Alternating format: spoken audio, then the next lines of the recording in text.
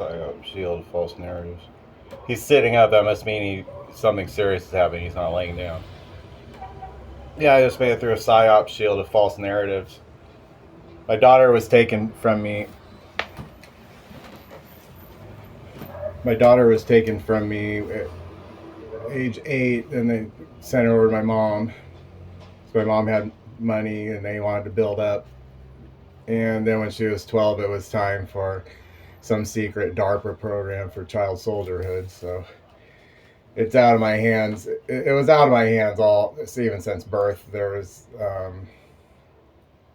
intelligence agents of different countries through the Mormon church prowling around my family. And of course, my schizophrenic ex-wife has criminal tendencies. She just kind of went along with them and got her whole family involved.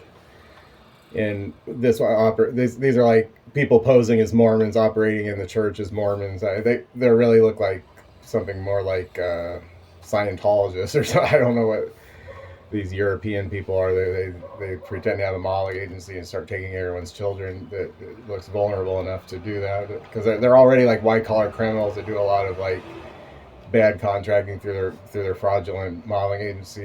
I think it's the one that was called True Talent Modeling Agency. I've seen it online. It had a lot of complaints back at the time when my daughter would have been.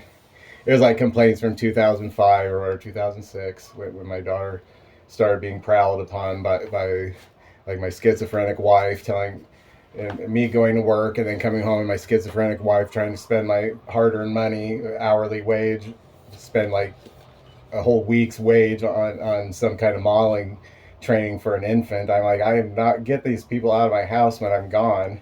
It's like, what can you do if you have like a bad wife? That's why Mushri Kun, like, bad women are for bad men. That was a bad woman, but I started to become a good man. I think we started out as bad woman, bad man, and I started to be guided by Allah, because I started to remember Allah eventually.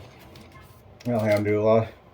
Like, I just wasn't able to get the reading materials. I think was my major obstacle is for coming to Islam. So let's talk about that. Let's talk about Islamic reference sections.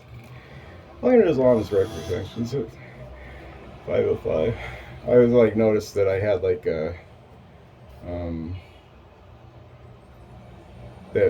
Facebook Reels and Instagram Reels make really good video flashcards for learning your dua and supplications. There's like hundreds of them. Like, the more you search, the more there are, because they're like, it's like going rummaging through a hadith collection of thousands of pages, and you might find one.